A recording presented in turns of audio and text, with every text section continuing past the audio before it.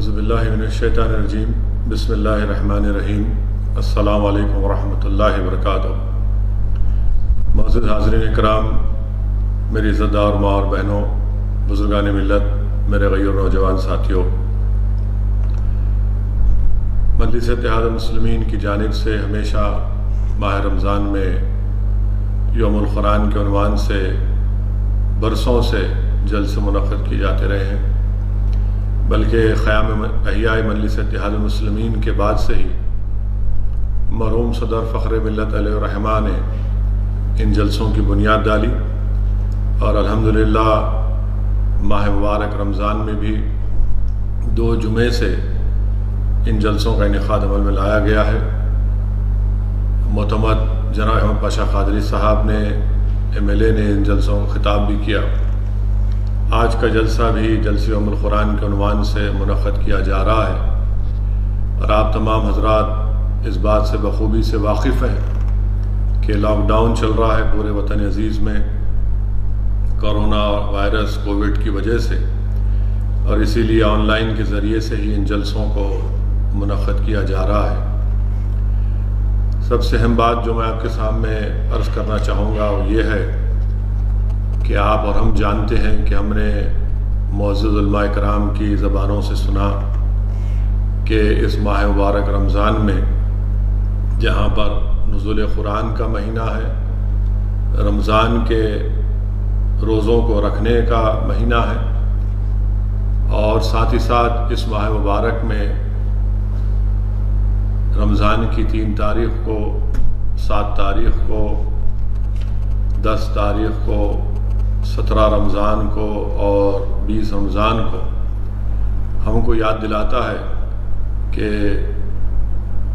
خاتون جنت، شہزادی جنت حضرت فاطمہ رضی اللہ تعالیٰ عنہ کا وصال اس ماہ مبارک میں ہوا۔ ہماری امت کی ماں بی بی خدیجہ کا بھی وصال اسی ماہ مبارک میں ہوا۔ شیر خدا امیر المومنین حضرت علی کرم اللہ وجہ کی شہادت 20 رمضان کو ہوئی۔ 17 رمضان کو حق اور باطل کی پہلی جنگ بدر ہوئی۔ اسی ماہ مبارک میں ہماری امت کی ماں بی بی عائشہ رضی اللہ تعالیٰ عنہ کی وفات ہوئی۔ امام حسن کی رضی اللہ تعالیٰ عنہ شہزاد جنت کی پیدائش ہوئی۔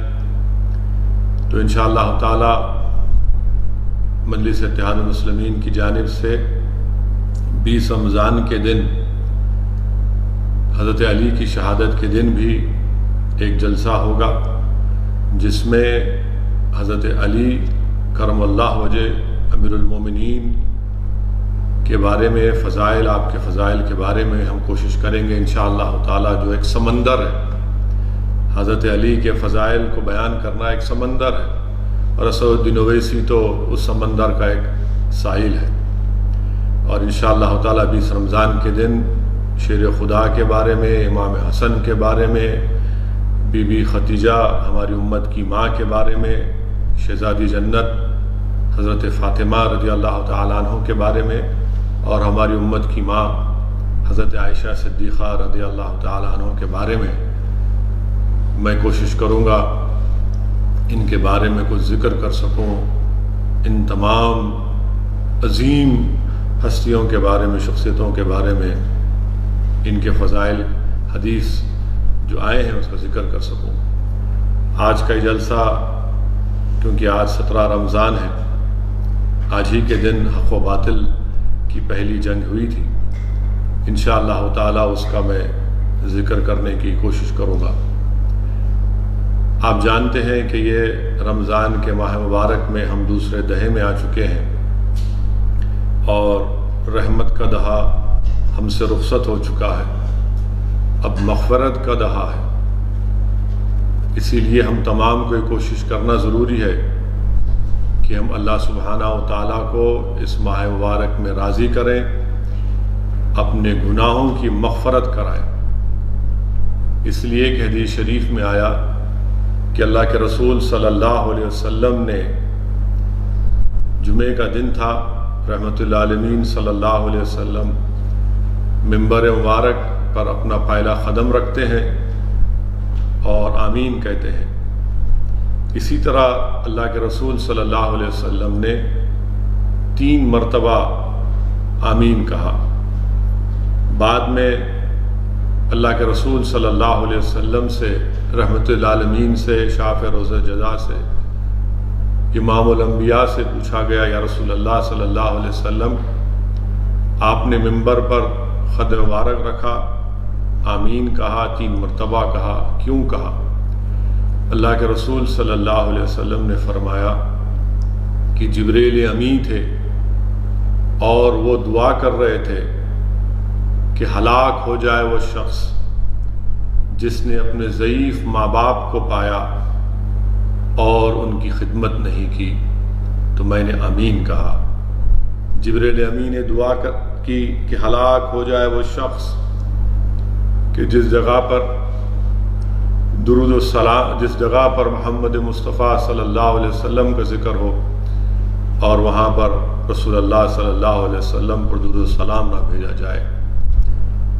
تو اللہم صلی علی سیدنا محمد عبدک رسولک نبی امی والآلہ صحابہ وسلم۔ رسول اللہ صلی اللہ علیہ وسلم نے عرض کیا کہ جبریل امی نے دعا کی کہ ہلاک ہو جائے وہ شخص جس نے رمضان کو پایا اور اس کی قدر نہیں کی، تو میں نے آمین کہا۔ میرے عزیز دوستوں اور بزرگوں، میری عزت دار ماں اور بہنوں، دعا کون کر رہے ہیں؟ دعا کرنے والے امام پورے فرشتوں کے امام ہیں، حضرت جبریل امی ہیں۔ اور آمین کون کہہ رہے ہیں؟ سید الانبیاء محمد مصطفیٰ صلی اللہ علیہ وسلم آمین کہہ رہے ہیں۔ ہم تمام کو اپنا محاسبہ کرنا ہے کہ اس ماہ مبارک میں اگر ہم نے اپنے ماں باپ کی نافرمانی کی، ان کو اف کہا ہے، تو ہم توبہ کریں۔ اپنے ماں باپ اگر زندہ ہیں تو ان کو راضی کریں، کیونکہ حضرت جبریل دعا کر رہے ہیں کہ ہلاک ہو جائے وہ شخص جس نے ضعیف ماں باپ کو پایا، ان کی خدمت نہ کی۔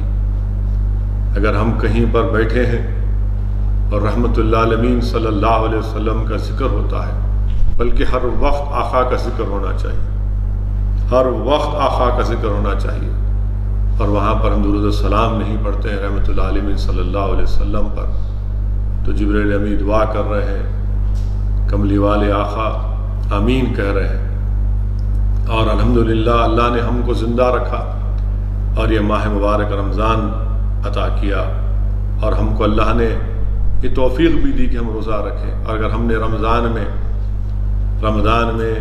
اس کی قدر نہیں کر رہے ہیں، تو حضرت جبریل دعا کر رہے ہیں کہ ہلاک ہو جائے وہ شخص جس نے رمضان کو پایا، اس کی قدر نہیں کی۔ میرے عزیز دوستوں اور بزرگوں، اسی لیے یہ مغفرت کا دہا ہے۔ ہم تمام کو یہ پوری کوشش کرنی چاہیے کہ ہم اس ماہ مبارک میں جو نزول قرآن کا مہینہ ہے، اس میں ہم روزے رکھیں، پابندی کے ساتھ رکھیں۔ اگر میرے کوئی غیور نوجوان ساتھی کسی بنا پر یا ان سے غلطی ہوئی ہے روزے نہیں رکھ سکے ہیں، میری آپ سے گزارش ہے کہ فوراً جو رمضان کے ابھی دن باقی ہیں اس کی قدر کرو میرے عزت دار بھائیوں اور بہنوں، اور فوراً آج ہی سے یہ نیت کرو کہ میں رمضان میں روزے رکھوں گا اور اس کی قدر کروں گا، کیونکہ یاد رکھیے میں نے پہلے بھی کہا تھا، آج بھی آپ کے سامنے عرض کر رہا ہوں کہ حدیث شریف میں آیا کہ اللہ کے رسول صلی اللہ علیہ وسلم نے فرمایا کہ اس ماہ مبارک میں جہنم کے دروازوں کو بند کر دیا جاتا ہے، شیاطین کو جھکڑ دیا جاتا ہے، جنت کے دروازوں کو کھول دیا جاتا ہے، اور اس ماہ مبارک کی ہر رات کو، ہر شب میں اللہ سبحانہ و تعالیٰ اپنی شان کے مطابق یہ آوازیں آتی ہیں آسمانوں سے کہ ہے کوئی شخص جو اللہ کو راضی کرنا چاہتا ہے کوئی شخص جو اللہ کو راضی کرنا چاہتا ہے، کوئی شخص جو اپنے گناہوں سے توبہ کرنا چاہتا ہے۔ میرے عزیز دوستوں اور بزرگوں، آج اللہ کی رحمت ہم کو تلاش کر رہی ہے، اسی لیے میری آپ سے گزارش ہے کہ اس ماہ مبارک کی قدر کریے۔ نہیں معلوم یہ زندگی کا چراغ کب گل ہو جائے، ہماری زندگی کب ختم ہونے والی ہے صرف اللہ جانتا ہے، مگر یقیناً زندگی کا خاتمہ ہوگا، اور ضرورت اس بات کی ہے کہ ہم اپنے گناہوں سے توبہ کریں، اپنے اعمال میں نیکیوں کا اضافہ کریں۔ اور میں نے جس حدیث شریف کا آپ کے سامنے ذکر کیا کہ اللہ کے رسول صلی اللہ علیہ وسلم جب منبر مبارک پر قدم رکھ رہے تھے، مجھے یہاں پر ایک واقعہ، ایک حدیث شریف یاد آ رہی ہے جس کا ذکر محدث دکن حضرت عبداللہ شاہ صاحب قبلہ رحمۃ اللہ علیہ نے اپنی کتاب فضائل رمضان میں لکھا کہ قیامت کا دن ہوگا، حساب کتاب ہوگا، میزان ہوگا۔ حضرت آدم علیہ السلام سبز رنگ کے کپڑے پہن کر اللہ کے عرش کے پاس کھڑے ہوں گے، ایک شخص کو لایا جائے گا اور اللہ حکم فرمائے گا کہ اس کو جہنم میں ڈالو۔ جب فرشتے اس کو جہنم کی طرف لے کر جاتے ہیں تو حضرت آدم علیہ السلام رسول اللہ صلی اللہ علیہ وسلم کو کہتے ہیں کہ محمد صلی اللہ علیہ وسلم دیکھو آپ کو امتی جہنم میں جا رہا ہے۔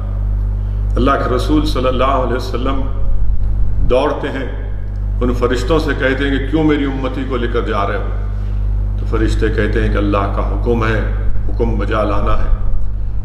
اللہ کے رسول صلی اللہ علیہ وسلم رحمۃ اللہ علیہ اللہ کی عرش کی طرف دیکھ کر عرض کرتے ہیں یا اللہ تو نے جو مجھ سے وعدہ کیا اس کو پورا کر دے۔ اللہ سبحانہ و تعالیٰ فرشتوں کو حکم فرمائے گا کہ محمد صلی اللہ علیہ وسلم نے جو کہا اس حکم کو بجا لاؤ۔ اس شخص کو روکا جائے گا اور اللہ فرمائے گا کہ میں اپنے حبیب کے پاس سے کاغذ کو نکالوں گا، اور اس چھوٹے سے کاغذ کو نکال کر اللہ اس شخص، گنہگار شخص کو جس کو اللہ نے حکم دے دیا تھا جہنم میں ڈالنے کا، اس کے میزان کے، اس کے اعمال کے ترازو میں رکھے گا، اور اچانک اس کے نیکیوں کا پلہ بھاری پڑے گا، اور اللہ فرمائے گا کہ لے کر جاؤ اس کو جنت میں۔ وہ شخص حیران دیکھے گا اللہ کے رسول صلی اللہ علیہ وسلم کی طرف اور کہے گا کہ آپ کون ہیں؟ اتنا نورانی چہرہ آپ کا، آپ کون ہیں؟ تو رحمت للعالمین صلی اللہ علیہ وسلم ارشاد فرمائیں گے کہ میں وہ ہوں جو تو دنیا میں مجھ پر درود السلام بھیجتا تھا، آج اس درود السلام کی وجہ سے اللہ نے تیری مغفرت کر دی۔ میرے عزیز دوستوں اور بزرگوں، یہ درود السلام کی اہمیت ہے کہ جو آج اللہ ہم کو زندہ رکھنے کا موقع عنایت فرما رہا ہے۔ ہم کثرت سے روزے رکھیں، قرآن کریم کی تلاوت کریں، اپنے ماں باپ کو راضی کریں، ان کو اف تک نہ کہیں۔ حدیث شریف میں آیا کہ ایک شخص کے اعمال اس کے میزان میں، ترازو میں برابر ہو جائیں گے، اچانک اس کے گناہوں میں اضافہ ہو جائے گا۔ معلوم ہوگا کہ اس کے گناہوں میں، اس کے اعمال میں اضافہ اس لیے ہوگا کیونکہ اس نے اپنے ماں باپ کو اف کہا تھا۔ صرف اف کی بنیاد پر اس کو اللہ حکم فرمائے گا کہ تو نے اپنے ماں باپ کو اف کہا تھا، اس کو جہنم میں ڈال دو۔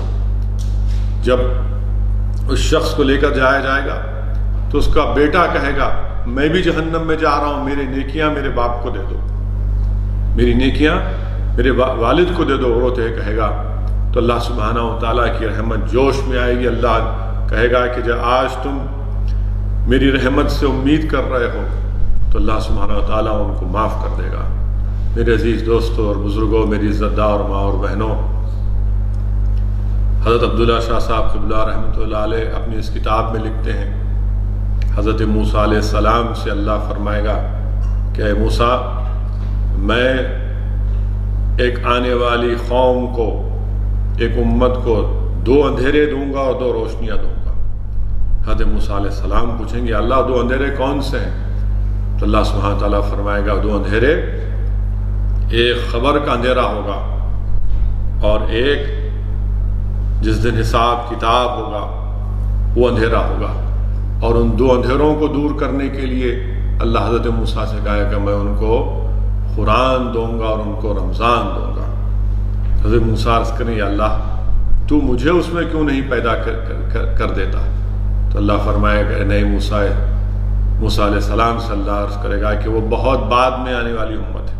میرے عزیز دوستوں اور بزرگوں، خبر کا اندھیرا، حشر کے میدان کا اندھیرا کیسے دور ہوگا؟ اللہ حضرت موسیٰ سے عرض فرما رہا ہے کہ قرآن سے اور رمضان سے اندھیرے دور ہوں گے۔ مجھے یہاں پر امام احمد بن حنبل رحمۃ اللہ علیہ کا واقعہ یاد آ رہا ہے کہ امام احمد بن حنبل رحمۃ اللہ علیہ خواب میں اللہ سے پوچھتے ہیں کہ یا اللہ، تجھ سے قریب ہونے کی سب سے بہترین عبادت کیا ہے؟ تیرے مقرب بندوں کی بہترین عبادت کیا ہے؟ تو آواز آتی ہے کہ جو قرآن کی تلاوت کرتا ہے۔ امام احمد بن حنبل رحمۃ اللہ علیہ عرض کرتے ہیں یا اللہ، کیا سمجھ کر پڑھنے سے یا بغیر سمجھے پڑھنے سے بھی؟ تو آواز آتی ہے کہ کوئی سمجھ کر پڑھے یا اگر سمجھ کر نہ بھی پڑھے، وہ عبادت، وہ قرآن کی تلاوت اس کو اللہ سے قریب کرتی ہے۔ میرے عزیز دوستوں اور بزرگوں، میرے غیور نوجوان ساتھیوں، اپنی زندگیوں پر غور کرو میرے نوجوانوں۔ تم قوم اور ملت کا مستقبل ہو میرے نوجوان ساتھیوں، میرے نوجوان بھائیوں اور بہنوں، تم قوم کا مستقبل ہو۔ تمہارے مضبوط کندھوں پر اس قوم کے مستقبل کی ذمہ داریاں تم پر عائد ہونے والی ہیں۔ اگر تم گر جاؤ گے تو قوم کا مستقبل خراب ہو جائے گا۔ میرے عزت دار نوجوان ساتھیوں، کیا تم کو یہ پتہ بھی ہے کہ قرآن شریف کے کل کتنے حروف ہیں؟ آج تم انسٹاگرام پر، اسنیپ چیٹ پر تمہارے پاس بے شمار نالج ہے، ماشاءاللہ، ہر چیز کا علم ہے تمہارے پاس۔ افسوس کے ساتھ یہ بھی کہنا پڑتا ہے کہ تمہاری زبانوں پر کئی واہیات قسم کے ترانے بھی تم کو یاد ہیں، مگر کیا تم نے کبھی یہ سوچا میرے نوجوان ساتھیوں کہ کل قرآن کے کتنے حروف ہیں؟ پوری قرآن کے کتنے حروف ہیں؟ میں آپ سے عرض کر رہا ہوں کہ اس کو بھی یاد کر لو۔ یہ علم تم کو کام میں آئے گا، دنیا میں بھی، خبر میں بھی اور آخرت میں بھی۔ پورے قرآن کے کل حروف 1,27,000 ہے، 1,27,000 ہے۔ ایک قرآن کی آیت پڑھو 100 گنا ثواب ملے گا، درجات بلند ہوں گے، گناہ اتنے معاف ہوں گے۔ تو اس لیے یہ جو رمضان کا مبارک مہینہ ہے، آپ قرآن کریم کی کثرت سے تلاوت کریے، اور جو لوگ روزے رکھتے ہیں الحمدللہ، ان کو حدیث شریف میں آیا، ان کو خوشخبری دی جا رہی، جب حساب کتاب کا دن ہوگا، جب خبروں سے ہم تمام کو اٹھایا جائے گا، اس دن ان نیک بندوں کو جو روزہ دار ہیں ان سے کہا جائے گا، آواز دی جائے گی، اللہ فرشتوں سے کہے گا کہ میرے نیک بندے ہیں، یہ بھوکے پیاسے ہیں، ان کو فوراً یہیں پر کھانا کھلاؤ، ان کو پانی پلاؤ۔ میرے عزیز دوستوں اور بزرگوں، اسی لیے اللہ سبحانہ و تعالیٰ قرآن کریم کے سورہ الحاقہ میں فرمائے گا جب قیامت قائم ہوگی تو اللہ فرمائے گا کھاؤ اور پیو، مزے کرو جو تم نے دنیا میں نیک اعمال کیے تھے۔ یہ روزدار کا انعام ہے، اور ضروری ہے کہ ہم اپنی زبان کو، اپنی آنکھ کو، اپنی سوچ کو تمام غلط چیزوں سے دور رکھیں۔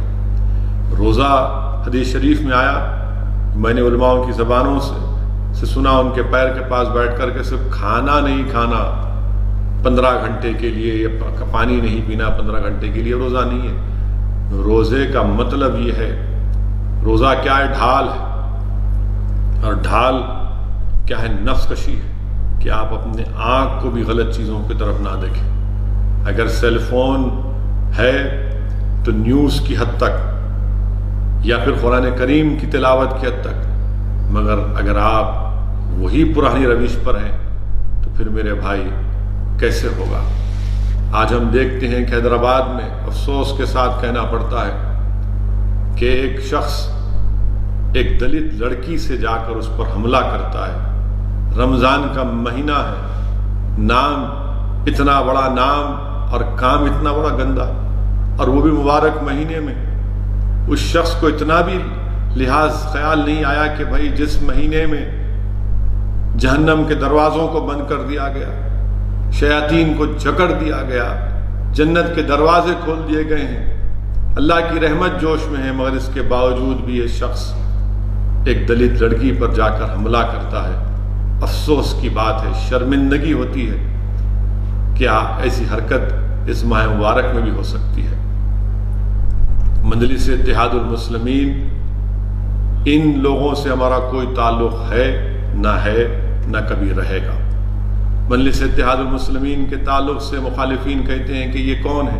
ہمارا ان سے کوئی تعلق نہیں ہے۔ ہمارے رکن اسمبلی نے اس دلت خاندان کے ساتھ ان سے ملاقات کی اور اس کی مذمت کی، اور انشاءاللہ تعالی ہم پوری کوشش کریں گے کہ ہماری اس دلت بہن کو انصاف مل سکے۔ جو شخص اس طرح کی حرکت کرتا ہے یہ انسان کہلانے کی بھی لائق نہیں ہے۔ دوسری بات، اعظم پورہ حیدرآباد میں دو مسلمان کسی پیسوں کے اوپر لڑ کر ایک قتل کر دی، چاقوؤں سے مار لیے۔ میرے عزیز دوستوں اور بزرگوں، کیسی زندگی تم گزار رہے ہو؟ شیطان کو جکڑ دیا گیا، مگر تمہاری فطرت میں جو شیطانیت باقی ہے وہ اس مبارک مہینے میں بھی تم شیطانیت پر اترتے ہو۔ افسوس کی بات ہے، افسوس کی بات ہے کہ دلت لڑکی پر اس پر حملہ کرنا، اس کو سیکشل اسالٹ کرنا، اور پھر دو لڑتے ہیں مسلمان پیسوں کے لیے۔ کہاں جا رہے ہو میرے بھائی؟ کیا جواب دو گے؟ ایک دن مرنا ہے، یاد رکھو۔ ہر چیز کا جواب دینا ہے اللہ کی بارگاہ میں۔ یہ افسوسناک واقعات ہم کو شرمندہ کرتے ہیں۔ میرے عزیز دوستوں اور بزرگوں، حدیث شریف میں آیا، حدیث قدسی ہے، اللہ کے رسول صلی اللہ علیہ وسلم نے فرمایا کہ اللہ فرماتا ہے جو بندہ میرے لیے روزہ رکھتا ہے میں اس کو تندرست رکھوں گا۔ تو ہمارے بعض نوجوان جو ابھی روزہ نہیں رکھے ہیں، میرے بھائی، آپ کی خوبصورتی میں، آپ کے اسمارٹنیس میں کوئی فرق آنے والا نہیں ہے۔ اللہ خود وعدہ فرما رہا ہے کہ اگر تم روزہ میرے لیے رکھو گے تو میں تم کو تندرست رکھوں گا۔ تو اگر آپ روزہ نہیں رکھے ہیں تو آج رات سے نیت کریے تاکہ کل سے آپ اس ماہ مبارک میں پورے روزے رکھ سکیں۔ جیسا کہ میں نے آپ سے عرض کیا تھا کہ آج 17 رمضان ہے، اور 17 رمضان بڑی تاریخی دن ہے۔ آپ جانتے ہیں کہ ہجرت کے دوسرے سال روزے فرض ہوئے، اور اسی سال حق اور باطل کی پہلی جنگ بدر ہوئی۔ علماء کرام نے یہ فرمایا کہ اس کا پس منظر یہ ہے کہ بدر کے مقام پر ایک بدر بن حارث نامی شخص رہتا تھا، تو جگہ اس کے نام سے منسوب ہو گئی۔ شیخ عبدالحق محدث دہلوی ایک اور روایت لکھتے ہیں، شیخ عبدالحق محدث دہلوی رحمۃ اللہ علیہ لکھتے ہیں کہ اس جگہ پر ایک کنواں تھا جس میں چاندنی رات کے دن بدر کامل یعنی چاند بڑا خوبصورت نظر آتا تھا، تو لوگ چاندنی رات میں اس کنویں کے پاس جا کر اس کنویں میں بدر کامل کو دیکھتے تھے، اسی لیے اس مقام کا نام بدر پڑا۔ یہ اللہ کے رسول صلی اللہ علیہ وسلم کے غزوات میں سے ایک بہت ہی اہم اور بہت ہی خاص غزوہ ہے، اس لیے قرآن میں اس کو یوم الفرقان کہا گیا۔ وہ حق اور باطل کی کھلی فرق کا دن ہے، وہ مسلمان اور مشرکین کے درمیان میں کھلی فرق کا دن ہے، اسی لیے اس کو قرآن کریم میں یوم الفرقان کہا گیا۔ 17 رمضان کے دن اللہ سبحانہ و تعالیٰ نے ایک چھوٹی جماعت کو ایک بڑی طاقتور جماعت پر غلبہ عطا کیا۔ جنگ بدر کا پس منظر اگر آپ دیکھیں گے تو علماء کرام نے لکھا، بلکہ میں نے جامع نظامیہ کے ایک عظیم عالم دین کی کتاب میں پڑھا جو فرانس میں جا کر اپنی زندگی گزارے، جنہوں نے فرانس میں جا کر فرینچ زبان میں یہ جامعہ نظامیہ کے عالم دین فرانس گئے اور فرینچ زبان میں قرآن کریم کا ترجمہ کیا۔ وہ اپنے ایک لیکچر میں یہ کہتے ہیں کہ جنگ بدر کا پس منظر بتاتے ہیں کہ جنگ بدر سے پہلے ہجرت ہوئی اور رسول اللہ صلی اللہ علیہ وسلم مکے سے مدینے کو ہجرت کیے، اور مکے میں صحابہ کرام پر بہت ظلم کیا گیا۔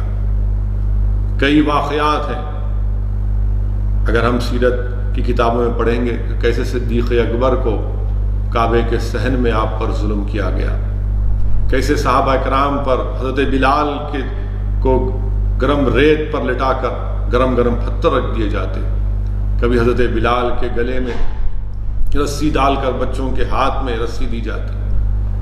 اللہ کے رسول صلی اللہ علیہ وسلم کو کیسی کیسی تکالیف دی گئی، صحابہ کرام کی جائیدادوں کو، ان کے مال کو، ان کے گھروں کو ضبط کر لیا گیا تھا، اور وہ جب ہجرت کر کے مدینہ شریف کو گئے تو اللہ کے رسول صلی اللہ علیہ وسلم نے مدینے میں ایک سلطنت کو قائم کیا۔ اللہ کے رسول صلی اللہ علیہ وسلم نے ایک سلطنت کو قائم کیا، اور تمام قبیلوں سے اللہ کے رسول صلی اللہ علیہ وسلم نے ان کو سمجھایا، سمجھوتے کیے، اور اس کے بعد اللہ کے رسول صلی اللہ علیہ وسلم رحمۃ اللہ عالمین نے کہا کہ مکے سے تجارت کا کام یمن کی طرف ہو سکتا ہے مگر شمال کی طرف نہیں، کہ جو تجارت کا مال مشرکین مکے سے لے کر جاتے تھے شام کی طرف، اللہ کے رسول صلی اللہ علیہ وسلم نے کہا کہ نہیں، یہ جو مدینے سے ہو کر راستہ جاتا ہے ہم آپ کو تجارت کا مال لے کر جانے نہیں دیں گے، کیونکہ اس کا پس منظر میں نے آپ کے سامنے بیان کیا۔ میرے عزیز دوستوں اور بزرگوں، مگر اس زمانے میں ایسے ہائی ویز نہیں تھے، کوئی جی پی ایس نہیں تھا، لوگ راستے سے چلے آتے تھے، مگر رسول اللہ صلی اللہ علیہ وسلم نے یہ فیصلہ لیا کہ تجارت کو روک دی جائے گی، معاشی طور پر ان کو بھی تنگی پیدا کی جائے گی، اور اللہ کے رسول صلی اللہ علیہ وسلم نے اپنے جاسوسوں کو ان راستوں پر بھیجایا کہ دیکھو کہ مکے سے کوئی تجارت کا قافلہ تو نہیں جا رہا ہے شام کی طرف۔ اللہ کے رسول صلی اللہ علیہ وسلم کو معلوم ہوا کہ کثیر سامان کے ساتھ ایک قافلہ جا چکا ہے اور وہ واپس مکے کو آ رہا ہے۔ اللہ کے رسول صلی اللہ علیہ وسلم نے فوراً صحابہ کرام کو بتایا کہ دیکھو اگر یہ قافلہ جو تجارت کا مال لے کر اگر مکے کو پہنچے گا تو اسلام اور مسلمانوں کے خلاف اور تکالیف کے منصوبے بنائے جائیں گے، اس کو روکنا ہے۔ رسول اللہ صلی اللہ علیہ وسلم نے صحابہ کرام کو حکم دیا کہ چلیے نکلو اپنے گھروں سے، اللہ سلامت درجات کو بلندی فرمائے۔ صحابہ کرام نے، لاکھوں سلام ہمارے صحابہ کرام، وہ فوراً اپنے گھروں سے نکلے۔ اللہ کے رسول صلی اللہ علیہ وسلم نے اللہ کی بارگاہ میں یہ دعا کی کہ یا اللہ میرے صحابی کے پاس سواری نہیں ہے تو ان کو عزت کے مطابق ان کو سواری دے دے۔ اللہ کے رسول صلی اللہ علیہ وسلم نے دعا کی اللہ سے، یا اللہ ہمارے جسموں پر کپڑے نہیں ہے، ہم کو کپڑے دے دے۔ دعا کی یا اللہ رزق نہیں ہے تو رزق دے دے، عزت سے نواز دے۔ اللہ کے رسول صلی اللہ علیہ وسلم نے یہ دعا کی، صحابہ کرام نے رضوان اللہ تعالیٰ اجمعین رسول اللہ صلی اللہ علیہ وسلم کے حکم کی تعمیل کے لیے، بجا لانے کے لیے اپنے اپنے گھروں سے نکلے۔ اللہ کے رسول صلی اللہ علیہ وسلم نے جاسوس بھی روانہ کر دیے تھے اپنے، کہ معلوم کریں یہ قافلہ کہاں سے آ رہا ہے۔ اس قافلے کی قیادت ابو سفیان کر رہے تھے، جو اب اس وقت تک اسلام کو قبول نہیں کیا تھا۔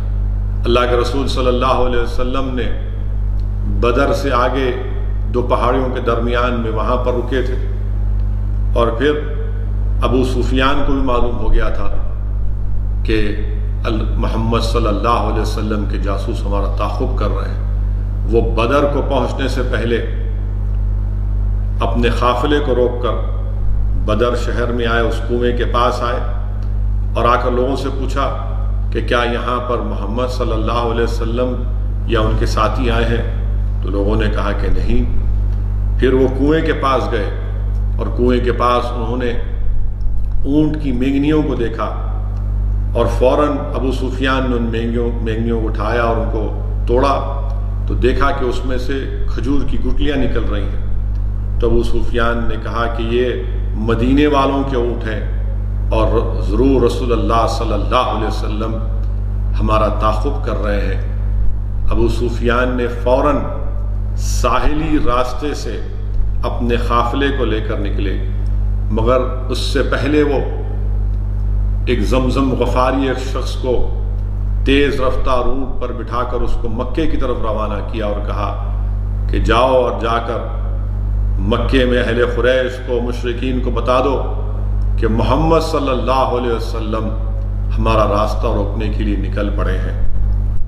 وہ زمزم غفاری تیز اونٹ پر نکلتا ہے مکے کی طرف، اور ابو سفیان جو اس وقت تک اسلام کو قبول نہیں کیے تھے وہ ساحلی راستے سے تیزی سے اپنے تجارت کے قافلے کو لے کر نکلتے ہیں۔ وہیں پر مکے میں حضرت عاتکہ رضی اللہ تعالیٰ اللہ کے رسول صلی اللہ علیہ وسلم کی پھوپھی ہیں، وہ ایک خواب دیکھتی ہیں اور خواب میں یہ دیکھتی ہیں کہ اونٹ پر بیٹھ کر لوگ مکے کو آ رہے ہیں اور آ کر پکار کر کہہ رہے ہیں کہ اہل قریش، اے مشرکین، تیار ہو جاؤ کہ تمہاری تباہی اور بربادی کا دن آنے والا ہے۔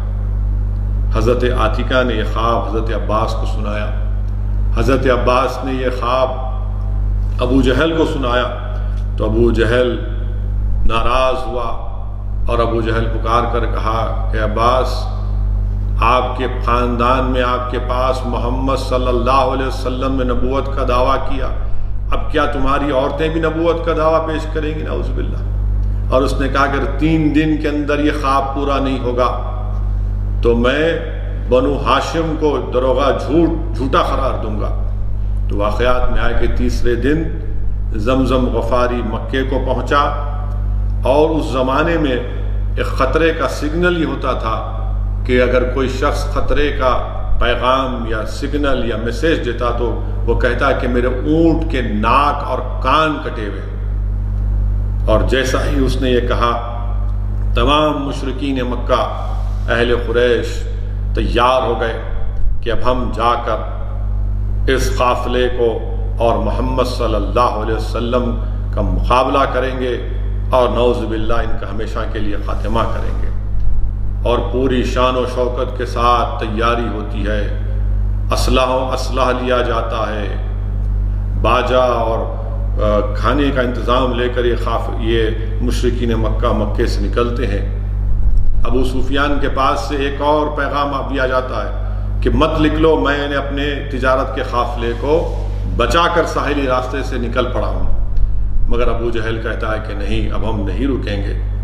اللہ کے رسول صلی اللہ علیہ وسلم اس جو بدر کے وادی میں تھے نکل کر بدر کے شہر میں آ کر صحابہ اکرام سے مشورہ کرتے ہیں، اور اللہ کے رسول صلی اللہ علیہ وسلم عرض کرتے ہیں کہ مجھے جبریل امین نے آ کر عرض کیا ہے کہ اللہ سبحانہ و تعالیٰ نے ہم کو یہ پیغام دیا ہے کہ اگر آج ہم مقابلہ کریں گے ان لوگوں سے تو اللہ ہم کو کامیاب کرے گا۔ اللہ کے رسول صلی اللہ علیہ وسلم مشورہ کرتے ہیں۔ حضرت صدیق اکبر ابو بکر صدیق رضی اللہ تعالیٰ عنہ عرض کرتے یا رسول اللہ، ہم آپ کے حکم کے انتظار میں ہیں۔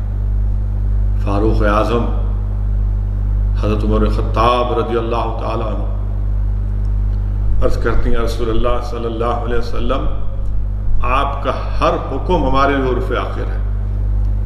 حضرت مقداد کھڑے ہو کر عرض کرتے ہیں یا رسول اللہ صلی اللہ علیہ وسلم، ہم قوم موسیٰ کی طرح نہیں ہیں جنہوں نے کہا تھا کہ موسیٰ آپ اور آپ کا خدا جا کر لڑو، ہم آپ کے ساتھ ہیں۔ حضرت سعد بن معاذ کھڑے ہوتے ہیں اور کہتے ہیں رسول اللہ، اگر آپ ہم کو صلی اللہ علیہ وسلم اگر آپ ہم کو کہیں گے کہ سمندر میں کود جاؤ، ہم سمندر میں کود جائیں گے۔ اللہ کے رسول صلی اللہ علیہ وسلم آپ تمام کے لیے دعا کرتے ہیں، اور اللہ کے رسول صلی اللہ علیہ وسلم اس جگہ کو منتخب کرتے ہیں کہ یہ جگہ ٹھیک ہے، یہیں پر ہم ان کا ٹھہر کر مقابلہ کریں گے۔ اور اللہ کے رسول صلی اللہ علیہ وسلم رات کے اندھیرے میں صحابہ کرام سے فرماتے ہیں کہ کل اس جگہ پر عتبہ مارا جائے گا، ابو جہل مارا جائے گا، اور ان جگہوں کی نشاندہی کرتے رحمۃ اللہ علیہ صلی اللہ علیہ وسلم۔ اللہ کے رسول صلی اللہ علیہ وسلم کے لیے ایک عریش بنائی گئی، چھوٹی سی جھوپڑی، چھوٹا سا مقام ایک بنایا گیا تھا۔ اللہ کے رسول صلی اللہ علیہ وسلم رات بھر اس میں اللہ سے دعا کرتے ہیں۔ حدیث شریف میں آیا، سیرت کی کتابوں میں آیا کہ اللہ کے رسول صلی اللہ علیہ وسلم رو رو کر گر گڑا کر دعا کرتے ہیں کہ اللہ اگر کل یہ لوگ شکست کھا جائیں گے تو صبح قیامت تک تیرا نام لیوا کوئی نہیں ہوگا، تیرا کلمہ توحید بلند کرنے والا کوئی نہیں ہوگا۔ واقعات میں آیا کہ اللہ کے رسول صلی اللہ علیہ وسلم پر رقت طاری ہو جاتی دعا کرتے کرتے کہ اللہ کے رسول صلی اللہ علیہ وسلم کے کھندے مبارک سے چادر گر جاتی ہے، تو صدیق اکبر جو ساتھ کھڑے ہیں وہ کہ صدیق رضی اللہ تعالیٰ عنہ اللہ کے رسول صلی اللہ علیہ وسلم سے جا کر اس کے رسول اللہ صلی اللہ علیہ وسلم، اللہ ضرور آپ کو غالب کرے گا، اللہ ضرور آپ کو کامیاب کرے گا۔ اور جب صبح ہوتی ہے تو اللہ کے رسول صلی اللہ علیہ وسلم جہاد پر ایک مختصر سا خطبہ دیتے ہیں اور پھر مسلمانوں کی صفوں کو سیدھا کرتے ہیں۔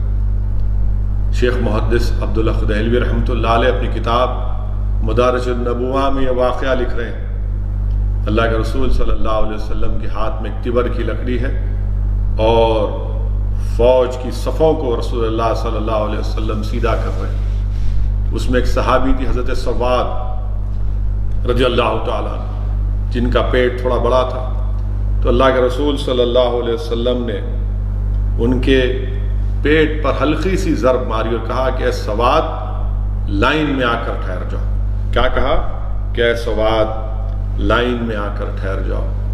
حضرت سواد نے عرض کیا یا رسول اللہ صلی اللہ علیہ وسلم، اللہ نے آپ کو رحمت بنا کر بھیجا ہے، آپ نے مجھ سے زیادتی کی ہے، مجھے اس کا بدلہ دیجیے۔ آپ اندازہ لگائیے میرے عزیز دوستوں اور بزرگوں کہ ایک فوج کا کمانڈر ان چیف اپنی فوج کی صفوں کو سیدھا کر رہا ہے اور ایک سولجر سپاہی کہتا ہے کہ مجھ سے زیادتی کی گئی ہے، مجھے اس کا بدلہ دیجیے۔ مگر لاکھوں سلام قربان جائیے اللہ کے رسول صلی اللہ علیہ وسلم پر، رحمت العالمین صلی اللہ علیہ وسلم کہتے ہیں سواد آؤ اپنا بدلہ لے لو۔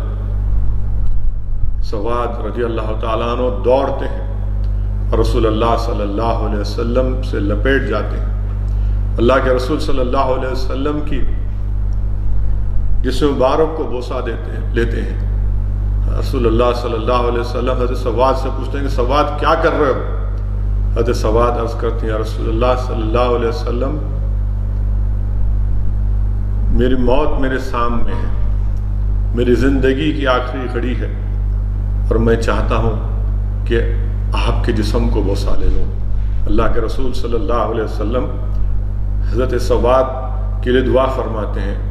میں جب کبھی بھی اس واقعے کو پڑھتا ہوں تو ایک عجیب کیفیت اور ایک عجیب محبت، یہ کیسی محبت صحابہ کرام رضی اللہ تعالیٰ کو اللہ کے رسول صلی اللہ علیہ وسلم سے تھی کہ کل جنگ ہونے والی ہے اور اس عاشق رسول کو فکر اس بات کی کہ میں کیسے جا کر رحمت العالمین صلی اللہ علیہ وسلم کے جسم مبارک کو بوسہ لے لوں۔ میرے عزیز دوستوں اور بزرگوں، یہ دین ہم کو کسی کے محلوں سے چمن سے نہیں ملا، یاد رکھیے۔ اللہ کے رسول صلی اللہ علیہ وسلم کی سیرت میں ایک اور واقعہ آیا، بلکہ شیخ محدث عبداللہ دہلوی رحمۃ اللہ علیہ مدارج النبوہ میں لکھتے ہیں، دو بھائی تھے حضرت معاذ اور معوذ رضی اللہ تعالیٰ عنہ۔ اللہ کے رسول صلی اللہ علیہ وسلم نے بڑے بھائی کو شامل کر لیا جہاد میں، فوج میں۔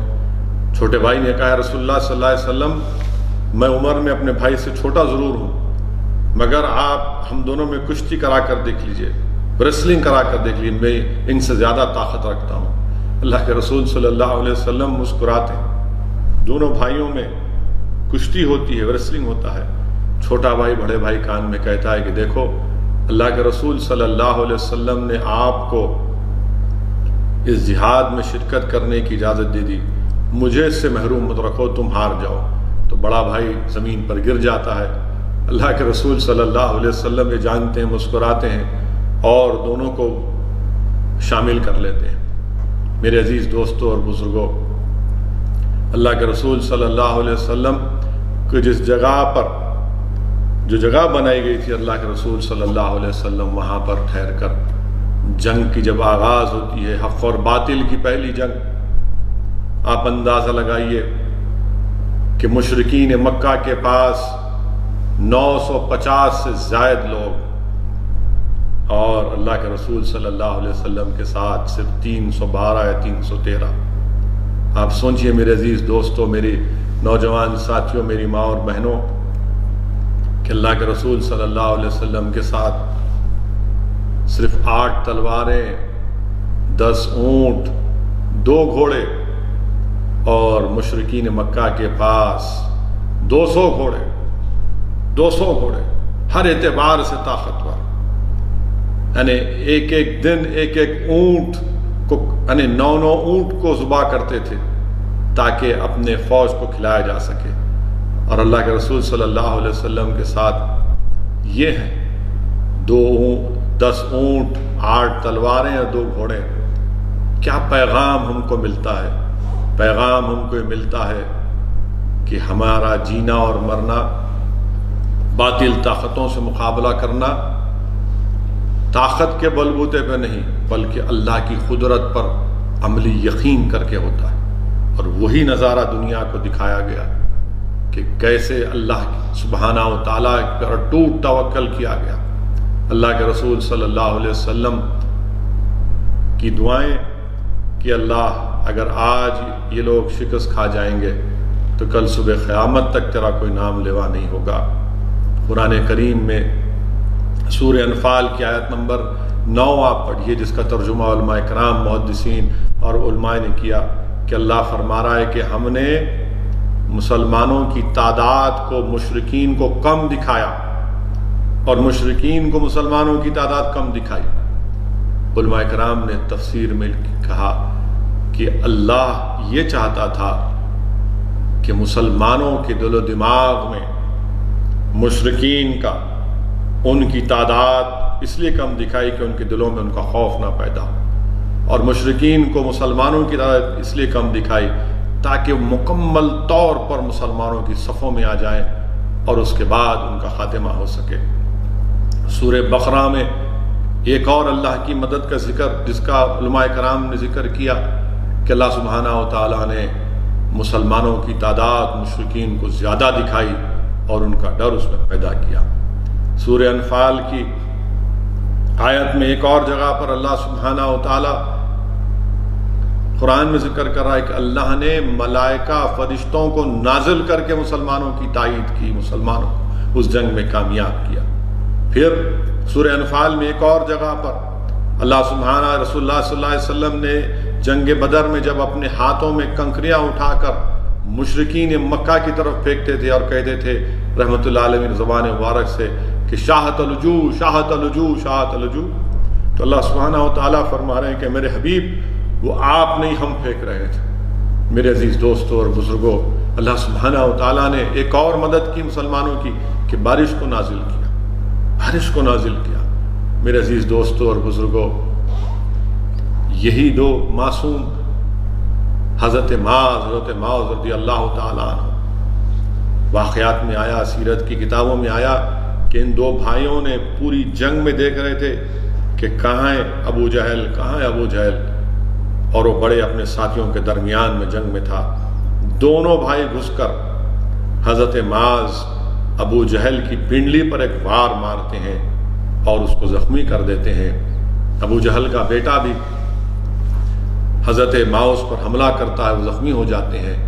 ابو جہل پر زخم ہوتا ہے، گر جاتا ہے، اور پھر رسول واقعات میں یہ بھی آیا کہ حضرت معاذ رضی اللہ تعالیٰ عنہ کا ایک بازو اس حملے میں زخمی ہو جاتا ہے، بری طرح زخمی ہو جاتا ہے۔ اتنا زخمی ہو جاتا ہے کہ وہ لٹکتے رہتا ہے۔ شیخ عبدالحق محدث دہلوی رحمۃ اللہ علیہ اپنی کتاب مدارج النبوہ میں لکھتے ہیں، شفا شریف کی کتاب قاضی ایاز کی، کہ اللہ کے رسول صلی اللہ علیہ وسلم کے پاس جب دونوں بھائی جا کر عرض کرتے ہیں، یا رسول اللہ صلی اللہ علیہ وسلم، ہم نے ابو جہل کو مارا ہے، ہم نے ابو جہل پر وار کیا ہے۔ اللہ کے رسول صلی اللہ علیہ وسلم حضرت معاذ کے کھندے کے زخم کو دیکھتے ہیں تو اللہ کے رسول صلی اللہ علیہ وسلم اپنا لاب دہن اس کھندے پر لگاتے ہیں اور وہ کھندا ایسا ہو جاتا ہے جیسا اس پر کوئی زخم ہی نہیں آیا تھا۔ سیرت کی کتابوں میں آیا کہ حضرت معاذ رضی اللہ تعالیٰ عنہ اللہ کے رسول صلی اللہ علیہ وسلم کے مبارک لاب دہن لگانے سے آپ کا زخم بھر جاتا ہے، آپ کا بازو پہلے سے زیادہ مضبوط ہوتا ہے، اور آپ عثمان غنی ذوالنورین رضی اللہ تعالیٰ عنہ کی خلافت تک زندہ رہتے ہیں۔ میرے عزیز دوستوں اور بزرگوں، واقعات میں آیا کہ حضرت عکاشہ رضی اللہ تعالیٰ عنہ، حضرت عکاشہ رضی اللہ تعالیٰ عنہ اللہ کے رسول صلی اللہ علیہ وسلم کے پاس دوڑتے آتے ہیں، کہتے ہیں رسول اللہ صلی اللہ علیہ وسلم میری تلوار ٹوٹ گئی۔ اللہ کے رسول صلی اللہ علیہ وسلم حضرت عکاشہ کو ایک لکڑی پھینکتے ہیں، جاؤ اس سے مقابلہ کرو۔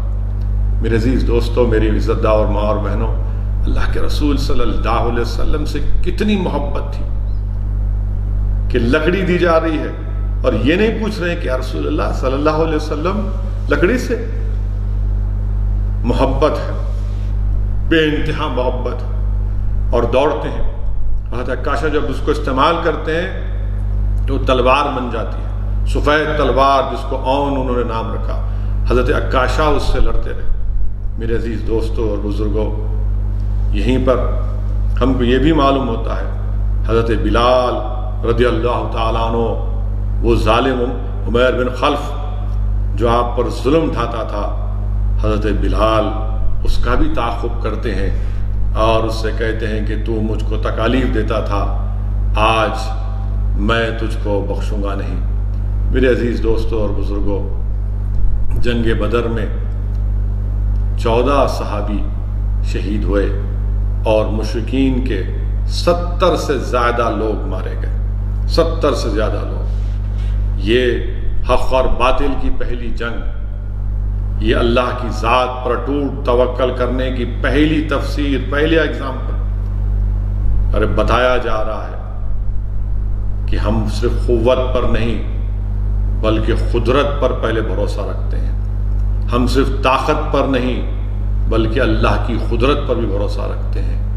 میرے عزیز دوستوں اور بزرگوں، میرے غیور نوجوان ساتھیوں، جب تک جذبہ شہادت زندہ تھا ہمارے سروں پر عزت کے تاج رکھے جاتے تھے، اور جب سے ہمارے دلوں سے دنیا کی محبت، موت کا ڈر پیدا ہو گیا، وہن جس کو حدیث شریف میں اللہ کے رسول صلی اللہ علیہ وسلم نے فرمایا، ذلت اور رسوائی ہمارا مقدر بنتے جا رہی۔ میرے غیور نوجوان ساتھیوں، ہم میں بہترین سائنسدان تھے، ہم میں بہترین میتھمیٹیشین تھے، ہم ساری دنیا کا حساب کرتے تھے، آج دنیا ہمارا حساب کر رہی ہے۔ ہم میں بہترین طبیب ڈاکٹرز تھے، ہم دنیا کا علاج کرتے تھے، آج ہمارا علاج کرنے کے لیے اسپتال کے لوگ تیار نہیں ہیں، اس لیے کہ ہم صرف مسلمان ہیں، ہمارے جسموں پر کپڑے نہیں ہیں، ہم دنیا کے اترے ہوئے کپڑے پہننے پر مجبور ہیں۔ جب قرآن نے ہم کو ایک بہترین امت قرار دیا تو پھر آخر یہ رسوائی کیوں، یہ کمزوری کیوں، یہ بے عزتی کیوں؟ یہ اس لیے میرے عزیز دوستوں اور بزرگوں کہ ہم نے اپنے منصب کو بھلا دیا۔ اپنے منصب کو یاد رکھو اور ہمیشہ اللہ کی ذات پر بھروسہ کرو۔ کوئی تعجب کی بات نہیں ہے کہ اللہ سبحانہ و تعالیٰ دوبارہ فرشتوں کو نازل کر کے ہماری مدد کرے۔ یقیناً میں جانتا ہوں مصائب اور مشکلات میں ہم ڈوبے ہوئے ہیں، میں جانتا ہوں کہ نفرت کی دیواریں بلکہ نفرت کے سمندر میں ہم اپنے آپ کو اکیلا پاتے ہیں۔ وطن عزیز میں، بھارت میں اتنی نفرت مسلمانوں کے تعلق سے پیدا کر دی گئی کہ اس نفرت کے سمندر میں ایک طوفان ہے اور ہم ایک کشتی میں سوار ہیں، اور ان نفرت کے سمندروں میں، ان لہروں کا، ان آندھیوں کا ہم کو مقابلہ کرنا ہے۔ مگر میرے عزیز دوستوں، میری عزتدار اور ماں اور بہنوں، جنگ بدر سے ہم کو پیغام ملتا ہے کہ طاقت، قوت، تعداد پر نہیں بلکہ اللہ کی ذات پر اٹوٹ بھروسہ کرنا، قدرت پر کامل یقین رکھنا۔ انشاءاللہ تعالی اللہ ہم کو ان تمام مصائب سے، ان مشکلات سے اللہ ہم کو چھٹکارا دلائے گا۔ میرے عزیز دوستوں اور بزرگوں، آئے دن ہم دیکھتے ہیں کہ ہمارے وطن عزیز میں ایسے ایسے واقعات ہوتے ہیں۔ افسوس کے ساتھ مجھے کہنا پڑتا ہے کہ دلی میں جامعہ ملیہ یونیورسٹی کی ہماری ایک بچی کو، صفورہ زرگر کو، حاملہ ہے 4 مہینے کی، اس کو اریسٹ کر لیا گیا۔ ایک اور لڑکی کو اریسٹ کر لیا گیا، اور کیا سیکشن لگایا گیا؟ ان لافل ایکٹیویٹیز پریونشن ایکٹ کے سیکشن لگائے گئے۔ کیا جرم ہے ان کا؟ کیا جرم ہے کہ ایک حاملہ بچی کو جیل میں ڈال دیے؟ ہم پوچھنا چاہتے ہیں وزیر اعظم سے، ہوم منسٹر سے، کہ یہ کیا ہو رہا ہے؟ ایک حاملہ لڑکی کو گرفتار کرنا، اسٹوڈنٹس کو گرفتار کرنا، ان پر UAPA لگانا، اور UAPA کا کون سا سیکشن؟ سیکشن 13، 16، 17 اور 18 لگانا۔ یعنی اس کا پنشمنٹ کیا ہے سیکشن 16 اور 18 کا؟ کہ اس کا پنشمنٹ فار ٹیررسٹ ایکٹ ہے، یعنی سزا ہوگی تو ٹیررسٹ ایکٹ۔ یہ ٹیررزم کر رہے تھے لوگ۔ CAA کے خلاف، NPR، NRC کے خلاف آواز اٹھانا ہے ٹیررسٹ ایکشن ہے۔ عجیب بات ہے۔ اور پھر سیکشن 13 لگانا، ان لافل ایکٹیویٹی، احتجاج کرنا ان لافل ایکٹیویٹی کب سے ہو گیا؟ اور UAPA کا ایکٹ لگانا، اور یہ سیکشن 16 اور 18 کہاں سے آیا؟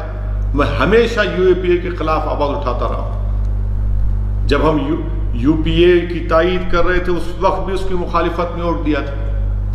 اب 2019 میں جب اس میں ترمیم کی گئی، اب اس وقت بھی ہم نے اور امتیاز جلیل MP نے مخالفت کی۔ آپ اندازہ لگائیے کہ سیکشن 16 اور 18 کو پوٹا کے، اس میں پوٹا کا جو ایکٹ تھا اس میں ڈال دیا گیا۔ اور پھر آپ سوچئے کہ یہ UAPA کتنا ایک ظلم ہے، اتنا انکانسٹیٹیوشنل، اتنا گندا قسم کا قانون ہے کہ اس کا سیکشن 43D دیکھیے، بیل پروویژن کا، یہ ایگزیکٹ ریپلیکا ہے سیکشن 49 سب سیکشن 7 پوٹا کا۔ اور کیا کہتا ہے کہ اس میں بیل مل ہی نہیں سکتی آپ، امپاسبل ہے، امپاسبل ہے۔ کیوں امپاسبل ہے؟ کیونکہ یہ کہتا ہے کہ جب تک کورٹ پبلک پروسیکیوٹر کو نہ سن لے، مجسٹریٹ بیل نہیں دے گا۔ اور پھر چارج شیٹ کو دیکھنے کے بعد تو جو ایکیوزڈ ہے، یعنی صفورہ زرگر کو، جو 3 مہینے کی حاملہ ہے یہ بچی، اس کو اپنا انوسنس دکھانا پڑے گا بیل کے لیے، یعنی پہلے دکھانا پڑے گا۔ یہ تو ٹرائل میں ہوتا ہے، مگر اس کو اور دوسری جو لڑکی کو پکڑا گیا ہے اور دیگر لوگوں کو، ان کو بیل کی ہیئرنگ میں اپنا انوسنس دکھانا پڑے گا، یعنی ٹرائل شروع ہونے سے پہلے بیل ملنے کے لیے۔ یعنی یہ پریزمپشن آف انوسنس ہے ہی نہیں اس میں، اسی لیے گندا قانون یہ UAPA میں ان بچوں کو ڈالا گیا۔ اب آپ دیکھیے کہ اس میں کیا لکھتی ہے FIR میں، دلی پولیس لکھتی ہے پری میڈیٹیٹڈ کانسپریسی۔ کون سی کانسپریسی؟ کہاں کی کانسپریسی ہے؟ اور پھر اسی لیے یہ ایک طریقے سے صرف مسلمانوں کے اوپر UAPA کا استعمال کرنا، یہ ہم وزیر اعظم سے اور ہوم منسٹر صاحب سے پوچھنا چاہتے ہیں کہ UAPA کا صرف مسلمانوں پر، دلتوں پر، آدیواسیوں پر، جو جس کسی حکومت کے خلاف رہیں گے ان کے خلاف کب تک استعمال ہو؟ ہم وزیر اعظم سے پوچھنا چاہتے ہیں کہ ان لوگوں پر UAPA استعمال نہیں ہوگا؟ چلیے UAPA چھوڑ کے ان کو گرفتار بھی نہیں کریں گے جنہوں نے کہا تھا کہ دیش کے غداروں کو گولی مارو، ان کو کچھ نہیں بولا جائے گا۔ اور 3 مہینے کی حاملہ بچی کو UAPA ٹیررسٹ ایکٹ لگا دیا گیا. جو بیان دیے کہ دیش کے غداروں کو گولی مارو، وہ آج آرام سے بیٹھے ہوئے ہیں. اور یہ اس لڑکی کو جو 3 مہینے کی حاملہ ہے اس کی کیریکٹر اسیسینیشن کیا جا رہا ہے. آپ بتائیے، ظفر الاسلام صاحب جو دلی کے مائنورٹیز کمیشن کے چیئرمین ہیں، ان کے اوپر سیڈیشن کا کیس. ارے آخر کے کہاں جائے گا یہ؟ انہوں نے جو ٹویٹ کیا تھا اس میں انہوں نے خود کہا کہ اس ملک کے موجودہ کووڈ کی وجہ سے میں اس کو واپس لیتا ہوں.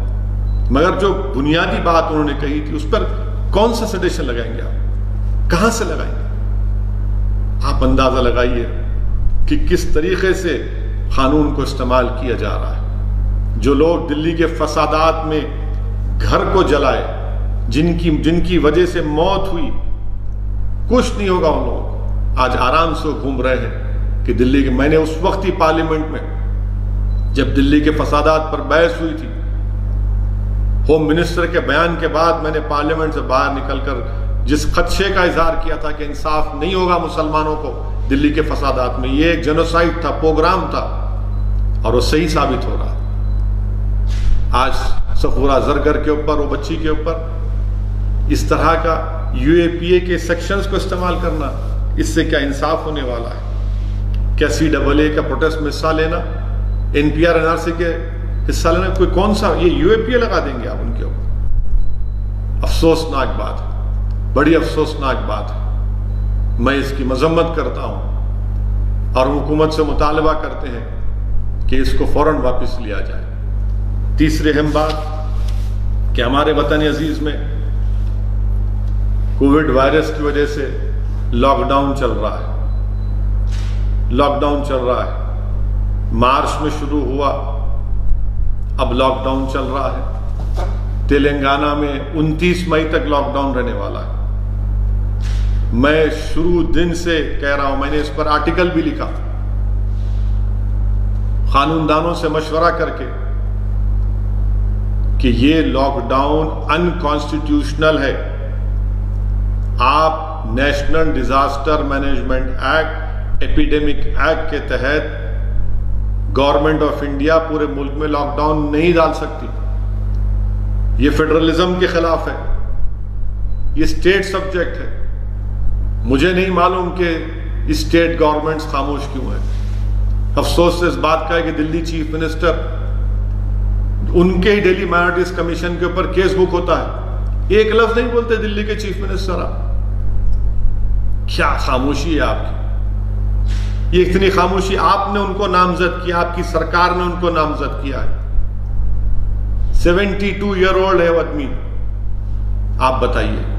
اور پھر یہ لاک ڈاؤن کی وجہ سے جتنے ہمارے مائیگرنٹ لیبررز ہیں جو خاص طور سے بہار، بنگال، UP، جھارکھنڈ سے ہمارے دیش کے مختلف بڑے بڑے شہروں میں گئے، یہی غریب لوگ ہیں جنہوں نے ہمارے نئے بھارت کو بنانے میں اپنا رول ادا کر رہے ہیں. افسوس ہوتا ہے کہ CMI کی رپورٹ یہ بتاتی ہے کہ لاک ڈاؤن کی ان کانسٹیٹیوشنل لاک ڈاؤن کی وجہ سے 12 کروڑ نوکریاں چلی گئی، جس میں سے 4 کروڑ تو صرف یہ مائیگرنٹ لیبررز ہیں. ان کی کیفیت دیکھیے. اورنگ آباد میں پیدل نکلتے ہیں، پیدل مائیگرنٹ لیبررز، اور پیدل نکلتے ہیں کتنے لوگوں کی، 16 لوگوں کی موت ہو جاتی، کیونکہ وہ غریب کو معلوم کہ جو ٹرین کی پٹری کو دیکھ کر چلوں گا تو میں اپنے گاؤں کو، اپنے دیش کو پہنچ جاؤں گا. اس کو نیشنل ہائی وے سے مطلب نہیں ہے، وہ صرف ٹرین کی پٹری کو، ٹریک کو دیکھ کر سمجھتا ہے کہ مجھے اس طرف جانا ہے. تھک گئے تھے وہ لوگ. کسی نے کہا کہ وہ بے ہوش ہو کر گر گئے تھے. آپ اندازہ لگائیے کہ ہم کیا جواب دیں گے، ہم اپنے ضمیر کو کیا جواب دیں گے. مجھے شرمندگی محسوس ہوتی ہے بحیثیت ایک MP کے. تکلیف ہوتی ہے کہ میں کیا جواب دوں گا. میں جو دیکھ رہا ہوں بھوک کو، فاقہ کشی کو، غربت کو، بے روزگاری کو کبھی میں نے اپنی زندگی میں نہیں دیکھا ایسا. اور پھر اورنگ آباد کے اس ٹرین کے پٹریوں پر 16 لوگوں کی موت، ان غریبوں کی موت، اس میں کوئی اعلیٰ ذات کے لوگ نہیں تھے. اور پھر وہ تصاویر آتی ہیں کہ لاشیں بکھری پڑی ہوئی ہیں اور روٹیاں پڑی ہوئی ہیں ریلوے کے ٹریک کے اوپر. حکمران جو ہے، چاہے وہ بی جے پی ہو یا مہاراشٹر کی حکومت ہو، کیا جواب دیں گے آپ لوگ؟ کوئی اس ملک میں ان مرنے والوں کی کوئی قیمت ہے یا نہیں؟ ان کی جان کی کوئی قیمت ہی نہیں. صرف ایک بیان آ گیا وزیر اعظم کا اور ریلوے منسٹر کا کہ افسوس ہوا، مگر جن کے گھر پر یہ لاشیں گئی ہوں گی یا جن کو خبر ملی ہوگی کہ جس عورت کو معلوم ہوا ہوگا کہ میرا پتی مر گیا، جو بیٹا یتیم ہوا ہوگا، جس کی ماں کی کوکھ اجڑ گئی ہوگی، کیا جواب دیں گے ان کو؟ اور کیوں مرے وہ لوگ؟ حادثے میں نہیں مرے، بھوک کی وجہ سے، پریشانی کی وجہ سے، اس کووڈ وائرس کی ڈر کی وجہ سے. پیسے نہیں تھے، اپنی عزت کے لیے، اپنی سیلف ریسپیکٹ کے لیے اپنے گاؤں کو، اپنے دیش کو جا رہے تھے اور تھک کر بے ہوش ہو کر گر گئے. ٹرین آئی اور ٹرین ان کو مار کے چلے گئی. 800 کلومیٹر، 900 کلومیٹر، 1000 کلومیٹر لوگ پیدل جا رہے ہیں، سائیکل پر جا رہے ہیں. آپ اندازہ لگائیے، کوئی دنیا کی بہترین سے بہترین سائیکل ریس میں بھی کوئی اتنا لمبا سفر کوئی نہیں کرے گا، مگر اب جانا ہے ان کو. اتنے لوگ بھوکے ہیں، یہ سرکار کچھ نہیں کر رہی. ٹرین میں بھی جا رہی ہے تو ٹرین کا ٹکٹ پوچھ رہے ہیں. 1-2 ٹرین گئے، اب تک ٹرین بھی رکنے والی ہے. کرناٹکا میں کہا کہ نہیں مت بھیجو ان لوگوں کو، ان کو رہنے دو یہاں پر. بھائی یہ انسان ہے، اس دیش میں سمویدھان ہے، آئین ہے، کانسٹیٹیوشن ہے، رائٹ ٹو لائف کے خلاف ہے، پرسنل لبرٹی کے خلاف ہے. کیا کر رہی سرکار ان مزدوروں کے بارے میں، مائیگرنٹ لیبررز کے بارے میں؟ اتنی ٹرین چلائیں گے فلاں، ارے بھائی لے کے کیوں نہیں جا رہے؟ پھر آپ نے ہر اسٹیٹ گورنمنٹ کو آپ بولنا تھا کہ ہم یہ دے رہے ہیں آپ کو، یہ پبلک ڈسٹریبیوشن سسٹم سے ہم آپ کو چاول دے رہے ہیں، گیہوں دے رہے ہیں، بانٹیے ان لوگوں کو. کچھ نہیں. ملینوں ٹن پڑا ہوا ہے اور اتنے بڑی تعداد میں یہ مزدور جو بہار، بنگال کے، آپ کے اتر پردیش کے آئے ہیں، ممبئی میں پھنسے ہوئے ہیں. اس کا کوئی حکومت کے پاس کوئی جواب ہی نہیں ہے، نہ ان کے پاس کچھ ہے. انڈسٹری کے لوگ بولتے ہیں کہ نہیں ان کو واپس مت بھیجو، کمپنی شروع ہوگی دوبارہ. یہ سلیوری ہے، اور یہ سلیوری ہمارے آئین کی آرٹیکل 23 کے خلاف ہے. کیا ہم کو ٹریٹمنٹ کر رہے ہیں؟ مجھے نہیں لگتا کہ یہ لوگ پھر واپس آئیں گے. جس طریقے سے ہم نے ان سے سلوک کیا، کم سے کم تلنگانہ کی حد تک یہاں کی حکومت نے ان کو امداد دی، ان کی کچھ مدد کی، یہاں پر ان کو کچھ کام دیا، کھانا پہنچایا تھوڑا بہت حد تک. میرے عزیز دوستوں اور بزرگوں، آپ دیکھیے کہ یہ ان پلانڈ لاک ڈاؤن کی وجہ سے اتنی تکالیف ہو رہی ہیں، اتنی مصائب اور مشکلات میں اضافہ ہو رہا ہے کہ ہم بیان بھی نہیں کر سکتے. بچے بھوکے ہیں، عورتیں پریشان ہیں. روز کوئی نہ کوئی میڈیا میں، جو میڈیا میں ایسے لوگ زندہ ہیں ابھی جو حقیقت کو بیان کر رہے ہیں. میڈیا کے چینلوں پر 70% مودی کا اپروول ریٹ دکھاتے ہیں. میں ان لوگوں سے کہہ رہا ہوں جو یہ مائیگرنٹ لیبر چل کر جا رہے ہیں نا، بھوک سے مر کر جا رہے ہیں. ایک سیمنٹ کے مکسر ٹریلر میں بمبئی سے نکل کر اتر پردیش جا رہا تھا، مدھیہ پردیش میں روکے تو اس سیمنٹ کے مکسر میں سے 17 لوگ نکلتے ہیں. ان سے جا کر پوچھو، لگاؤ ان کے پاس جا کر کے 70% اپروول ریٹ ہے مودی کا، بولو کیا بولیں گے؟ جو مر گئے وہ لوگ، ان سے جا کر پوچھو آپ. مگر آج بھی میڈیا کے لوگ زندہ ہیں جو سچ بتا رہے ہیں، میں ان کو سلام کرتا ہوں. جو غریبوں کی تکلیف کو بیان کر رہے ہیں، جو مزدوروں کی بربادی کی داستانوں تک آج بھی ہمارے گھروں تک پہنچانے کی کوشش کر رہے ہیں. میرے عزیز دوستوں اور بزرگوں، اور اس کے اوپر سونے پہ سہاگا یہ ہے کہ پھر ان تمام مصائب اور مشکلات میں بھی مسلمانوں کے خلاف نفرت. چنئی میں کسی بیکری میں لکھ دیا گیا کہ نہیں یہاں پر مسلمان کام نہیں کرتے. اچھا تو کیا کرنا چاہیے؟ کیوں اتنی نفرت آپ کر رہے ہیں؟ آپ اس طرح کے نوٹسز لگا کر، یہ آرٹیکل 17 کا وائلیشن ہے، انٹچبلٹی برخاست ہو چکی ہے، اور آپ وہ نوٹس لگا رہے بیکری میں. کیا یہ لوگ کیا انسان کہلانے کی ولایت ہے کہ اس طرح سے حرکت کر کے یہ کیا جا رہا ہے؟ علی گڑھ میں ایک بچے کو اتنا مارا اور پیٹا گیا صرف مسلمان ہے بول کے. میرٹھ میں پولیس جا رہی ہے، ایک ترکاری کی منڈی ہے، اس کو الٹ دیے پولیس والے. کیوں بھائی؟ وہ غریب ہے، ترکاری بیچ رہا ہے، اس کو پلٹا دیے. آخر یہ نفرت کہاں جا کے رکے گی؟ ایک بات ذہن نشین کر لیجیے آپ کہ جو لوگ آج وطن عزیز میں یہ نفرت کر رہے ہیں، ظلم کر رہے ہیں، اتنا ظلم آپ کر سکتے کریے. ہم بھی دیکھنا چاہ رہے ہیں، اور دنیا دیکھ رہی ہے آپ کی حیوانیت کو، دنیا دیکھ رہی ہے کہ آپ کے ظلم کو دنیا دیکھ رہے، ہم بھی دیکھ رہے ہیں. مگر یاد رکھیے تاریخ کبھی آپ کو معاف نہیں کرے گی. آپ مائیگرنٹ لیبررز کو جو 16 لوگ مر گئے ان کی زبانوں کو تو آپ خاموش کر دیے. آپ مار مار کر مسلمانوں پر ظلم کر کے ان کو خاموش تو کر سکتے ہیں، مگر یاد رکھیے تاریخ کبھی معاف نہیں کرے گی آپ کو. تاریخ کبھی معاف نہیں کرے گی. ہم اس کو یاد رکھیں گے. ہم انسان ہیں، ہمارے سینوں میں دھڑکتا ہوا دل ہے، ہم اس کو یاد رکھیں گے. ہم اپنی نسلوں کو بتائیں گے کہ کیسا اس وقت ظلم ہوا تھا، کیسی نفرت پیدا کی گئی تھی، کیسا ایک بیماری کو ایک مذہب سے جوڑ دیا گیا. میرے عزیز دوستوں اور بزرگوں، یہ ہمارے ملک کے لیے ٹھیک نہیں ہے، ہرگز ٹھیک نہیں. ملک کو مضبوط کرنا ہے. ملک مضبوط نہیں ہو سکتا اس نفرت سے. ملک مضبوط نہیں ہو سکتا جب ہم غریبوں سے اس طرح کا برتاؤ کریں گے.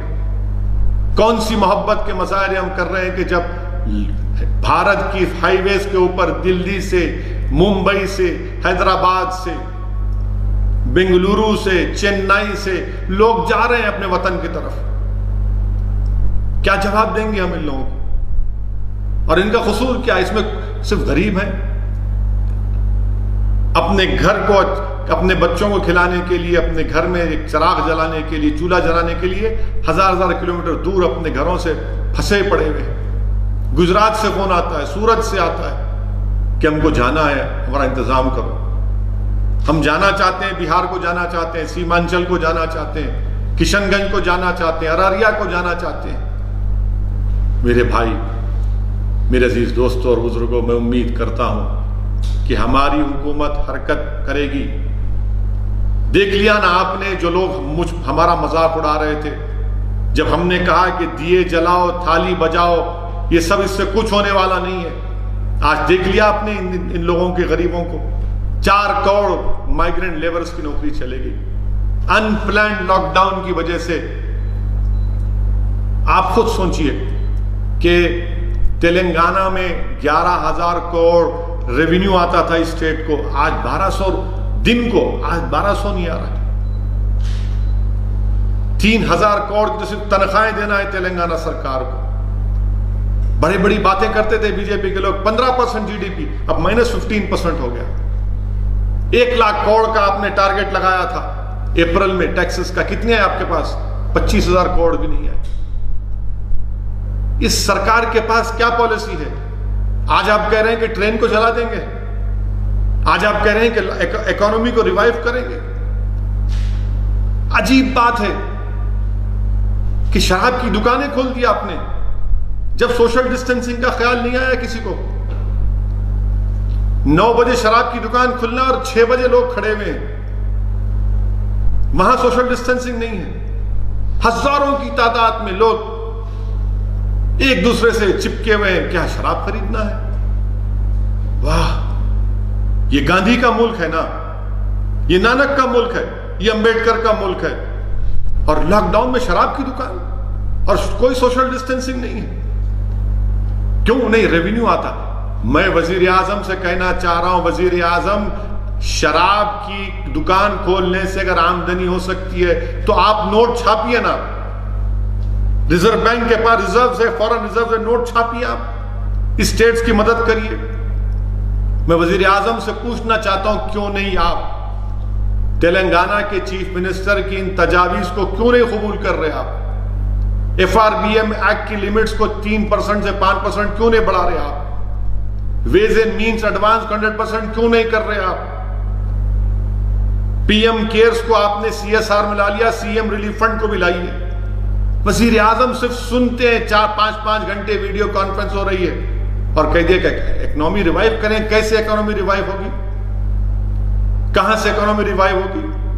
سینٹرل گورنمنٹ کا کیا رول ہوگا اس اسٹیٹس کو ہیلپ کرنے کے لیے؟ آپ کہہ رہے ہیں کہ نہیں اب تو کووڈ سے ساتھ رہنا ہے. پھر اتنے دن ہم نے جو لاک ڈاؤن کیا, کیا حاصل کیا بتائیے؟ کیا سرکار نے کیا؟ کوئی جواب نہیں ہے ان کا اس کے پاس. میں تو پیغام دے رہا ہوں ان لیبررز کو, ان غریبوں کو, ابھی بھی آپ کے پاس وقت ہے, اٹھیے. آپ کی آنکھوں پر پردہ پڑا ہوا ہے مسلمانوں کی نفرت کا, نکالیے. جو سرکار آپ کی آنکھوں پر یہ پردہ ڈال کر اصل مسائل پر آپ کی توجہ نہیں لا رہی. یہ کون ہے مائیگرنٹ لیبر؟ کتنے بتائیے اعلیٰ ذات کے, اس میں کتنے اعلیٰ ذات کے؟ پورے غریب ہیں, پورے کے پورے غریب ہیں. مرنے والے غریب, ہزاروں کلومیٹر چلنے والا غریب, بچوں کو اپنی ماؤں کو گود میں اٹھا کر سائیکل پر بٹھا کر چلے جا رہے ہیں, چلے جا رہے ہیں, چلے جا رہے ہیں. یہ نظارے ہم تمام کو ہاؤنٹ کریں گے. یہ ہم تمام کو, جس کے دل میں سینہ ہے, جس میں اگر رتی برابر انسانیت برقرار ہے, تو اس کو اور ہم کو نیند رات میں سونے نہیں دے گی. یہ نظارے, یہ تکلیف کے مظاہرے ہو رہے ہیں. میں آپ تمام سے پھر سے اپیل کر رہا ہوں کہ یہ کووڈ-19 یہ وائرس کے خلاف آپ کو سوشل ڈسٹینسنگ کو برقرار رکھنا ہے, ماسک پہننا ہے آپ کو. آپ جب کبھی باہر نکلیں گے ماسک پہننا ہے آپ کو. جس کے پاس اگر سمٹمز ہیں, بخار ہے, سانس لینے میں تکلیف ہو رہی ہے, کھانسی ہو رہی ہے, یا آپ کو ریش آ رہا ہے یا کھجلی ہو رہی ہے, فوراً گورنمنٹ کے اسپتال کو جائیے, فوراً جائیے. اس میں کوئی بری بات نہیں ہے, کوئی اس میں مایوب بات نہیں ہے. یہ بیماری ہے, اور میں آپ سے بھی اپیل کر رہا ہوں کہ اس وائرس سے مقابلہ کرنا ہے. وائرس سے نفرت کریے, مریض سے مت کریے. ارے اس کو کووڈ ہو گیا, ارے تو انسان ہے بھائی, کسی کو بھی ہو سکتا ہے. برطانیہ کے وزیر اعظم کو ہوا, بڑے بڑے لوگوں کو ہوا. آپ کو اور ہم کو مل کر ایک بھارت کے سٹیزن کے ناطے اس وائرس کا مقابلہ کرنا. اور جب ہوگا جب آپ اور ہم, اور پہلے میں اپنے دلوں سے ان تمام نفرتوں کو نکالوں. اگر دل میں نفرت ہے تو میں آپ سے اپیل کر رہا ہوں کہ سوشل ڈسٹینسنگ کو برقرار رکھیے. میں آج کے اس جلسے یوم القرآن کے اس جلسے سے خاص طور سے درمندانہ اپیل کر رہا ہوں ہمارے مالیگاؤں کی غیور عوام کو. میں مالیگاؤں کی ماؤں کو, بزرگوں کو سلام کر رہا ہوں. مالیگاؤں کے نوجوانوں سے درمندانہ اپیل کر رہا ہوں. وہاں کے علماؤں سے بھیک مانگ رہا ہوں کہ سوشل ڈسٹینسنگ کو مالیگاؤں میں برقرار رکھیے. مالیگاؤں میں بہت تیزی کے ساتھ یہ کووڈ وائرس پھیل رہا ہے. میں مہاراشٹرا کے چیف منسٹر سے, ان کے تمام ذمہ داروں سے, ان سے بھی اپیل کر رہا ہوں کہ مالیگاؤں کی طرف توجہ لیجیے. مگر مالیگاؤں کی عوام کی ذمہ داری ہے کہ آپ ڈسپلن کو, سوشل ڈسٹینسنگ کو برقرار رکھیے. آپ اپنے گھروں میں سلنڈر, آکسیجن کا سلنڈر لا کر علاج نہیں کر سکتے. آپ یہ نہیں کر سکتے. آپ اس سے یہ وائرس اور پھیلے گا. خدا کے لیے میری بات کو سمجھیے. ہم کو اپنی جانوں کو بچانے کا ہے. پوری کوشش کرنا ہے کہ کوئی ہمارا بیٹا, ہمارے والد, ہماری والدہ, ہماری بیوی, ہمارے بچے, کوئی نہ مرے اس وائرس کے ذریعے. اور وہ کب ہوگا, ہم ان کی موت کو کب روکیں گے؟ جب ہم سوشل ڈسٹینسنگ کو برقرار رکھیں گے. اگر مہاراشٹرا کی حکومت مالیگاؤں میں کوارنٹائن کرتی ہے آپ کو, اس کوارنٹائن کو قبول کریے. کیونکہ وہ کوئی جیل نہیں ہے آپ کو 10 دن 8 دن رکھیں گے وہاں پر. یقیناً گھر کی سہولتیں نہیں ہیں مگر آپ کو الگ رکھنا ضروری ہے تاکہ آپ کی جان کو بچایا جا سکے. میں اس جلسے سے اپنے مالیگاؤں کی عوام سے اپیل کر رہا ہوں. میں بھی مالیگاؤں میں کئی مرتبہ آیا اور انشاءاللہ اللہ نے حیات رکھی تو دوبارہ تمہارے درمیان میں آؤں گا اور انشاءاللہ تعالیٰ دوبارہ وہ ماحول بحال ہوگا مالیگاؤں کا. وہ کھانے کی گلیاں دوبارہ بحال ہوں گی انشاءاللہ تعالیٰ. میں تمہارے گھر پر آ کر میں اپنی ماؤں سے تمہارے پاس کا جو رواج ہے تمہارے ہاتھ سے انشاءاللہ گلاس کا دودھ پیوں گا. مگر اس ماحول کو بحال کرنے کے لیے آج میری آپ سے اپیل ہے کہ آپ سوشل ڈسٹینسنگ کو برقرار رکھیے, ڈسپلن کو رکھیے, غیر ضروری اپنے گھر سے مت نکلیے.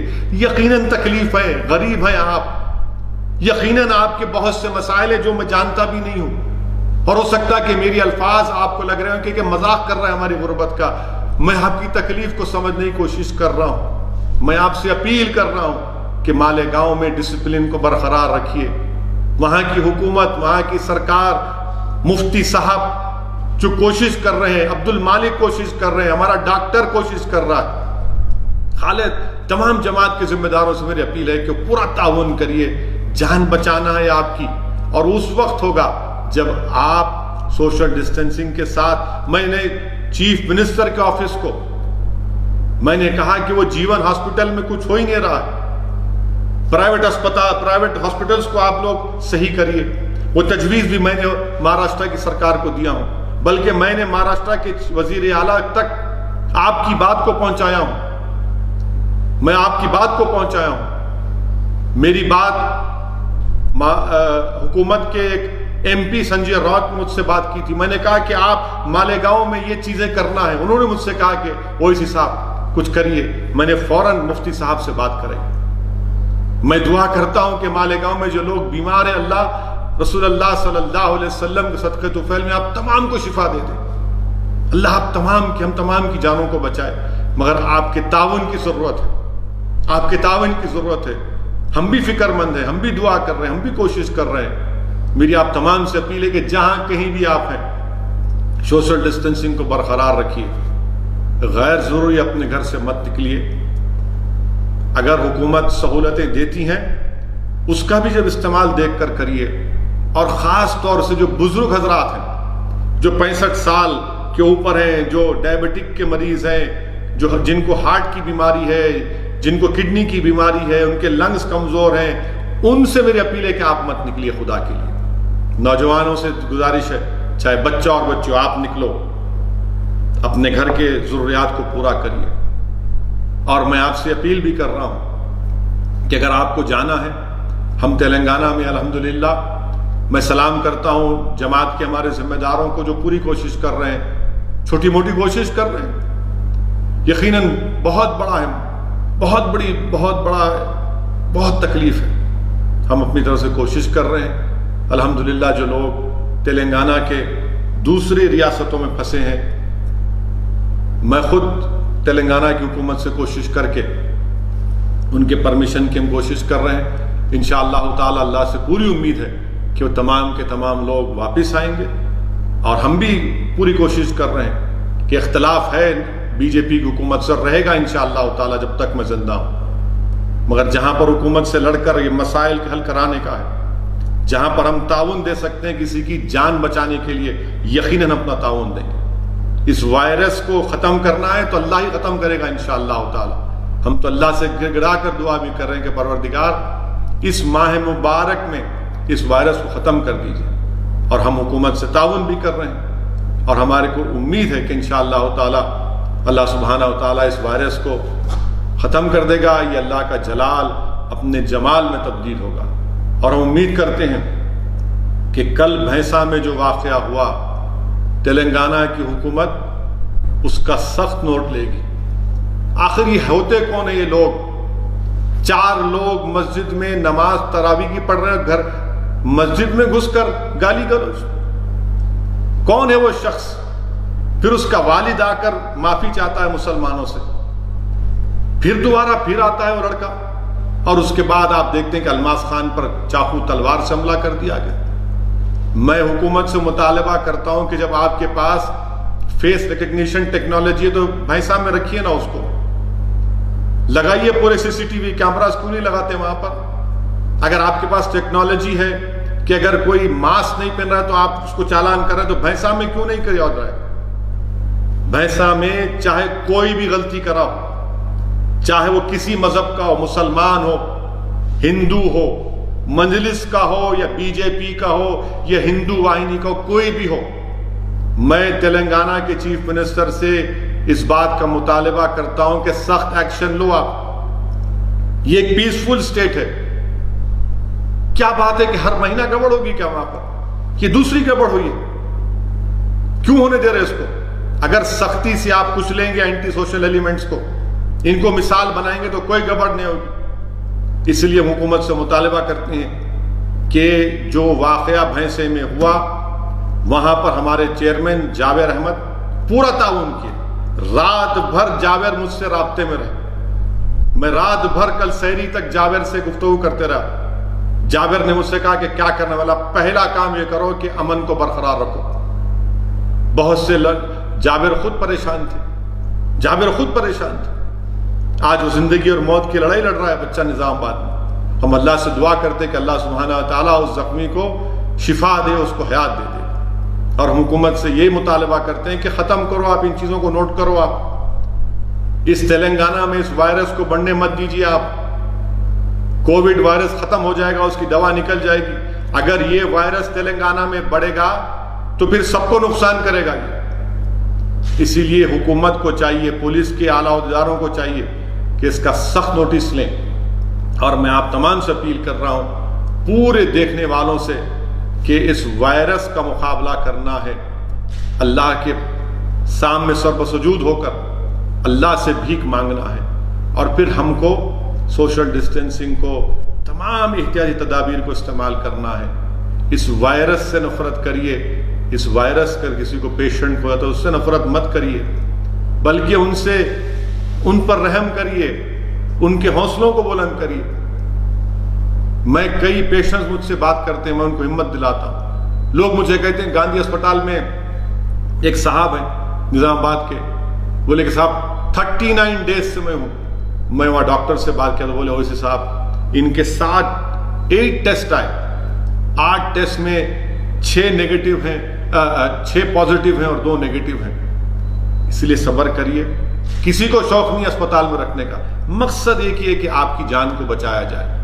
تو میں آپ کے ذریعے سے مالیگاؤں کی عوام سے اپیل کر رہا ہوں، اورنگ آباد کی عوام سے اپیل کر رہا ہوں کہ آپ تعاون کریے، صبر سے کام لیجئے، جو آپ کو ہدایتیں دی جا رہی ہیں اس پر عمل کریے، اس پر عمل کریے۔ آپ کی جان کو بچانا ہے، چھپنے سے کچھ نہیں ہوگا۔ اگر آپ چھپیں گے مرض بڑھے گا، اور مرض جب بڑھے گا تو ہو سکتا ہے کسی اور کو لگ جائے گا۔ تو اس لیے آگے آئیے، آپ اپنے ذمہ داروں کو بتائیے اور اسپتال میں شریک ہوئیے۔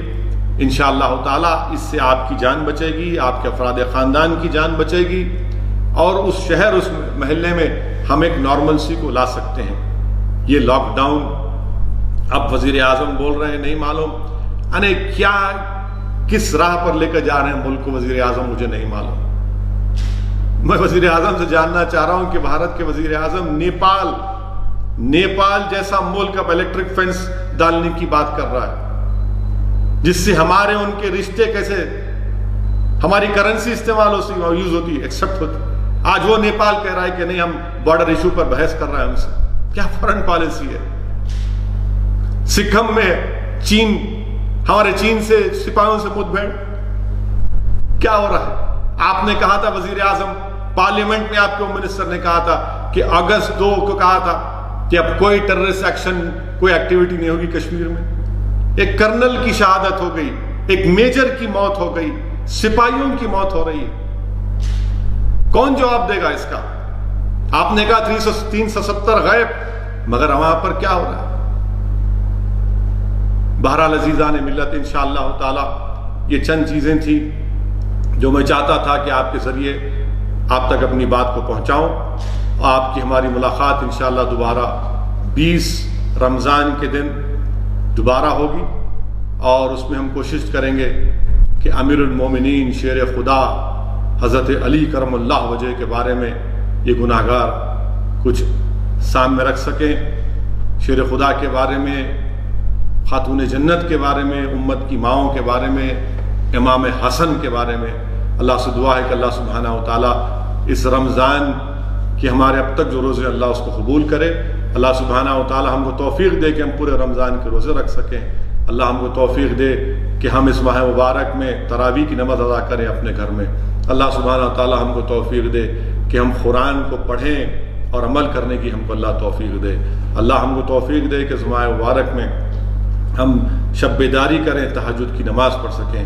اللہ ہم کو توفیق دے، ان دولت مندوں کو اللہ توفیق دے کہ جو آج جو غریب بھوکے ہیں، جو پیاسے ہیں، جن کے پاس کھانا نہیں ہے، اللہ ہم کو توفیق دے کہ ہم ان غریبوں تک کھانا پہنچا سکے، ان کی پیٹ کی آگ کو بجھا سکیں، تاکہ اگر ہم آج ان غریبوں کی مدد کریں گے تو اللہ سبحانہ و تعالی ہماری دین اور دنیا میں ہم کو کامیابی دے گا۔ اللہ ہم تمام کو توفیق دے کہ ہم غریبوں کی مدد کر سکیں، جو آج اس لاک ڈاؤن کی وجہ سے اتنی بھوک ہے، اتنی فاقہ کشی ہے کہ میں اس کا بیان بھی نہیں کر سکتا۔ ہم اللہ سے دعا کرتے ہیں کہ اللہ آپ رزاق، ہم کیا کر سکتے ہیں پروردگار، آپ رزاق ہیں اللہ۔ آپ نبی کریم صلی اللہ علیہ وسلم کے صدقے طفیل میں ان غریبوں کو کھانا پہنچا دیجئے اللہ۔ اللہ ہم کو بھی توفیق دیجئے کہ ہم اور کریں، اور جو لوگ کر رہے ہیں اللہ ان کی اس کو قبول کریے، ان کی اس امداد کو، ان کے اس صدقات کو اللہ سبحانہ تعالیٰ قبول فریے۔ اللہ آپ اور توفیق دیجئے دنیا کے دولت مندوں کو کہ وہ غریبوں کو کھانا کھلا سکیں، ان کی مدد کر سکیں۔ اللہ اس حالات کو تبدیل کر دیجئے۔ اللہ سے دعا ہے کہ اللہ اس حالات کو تبدیل کر دیجئے۔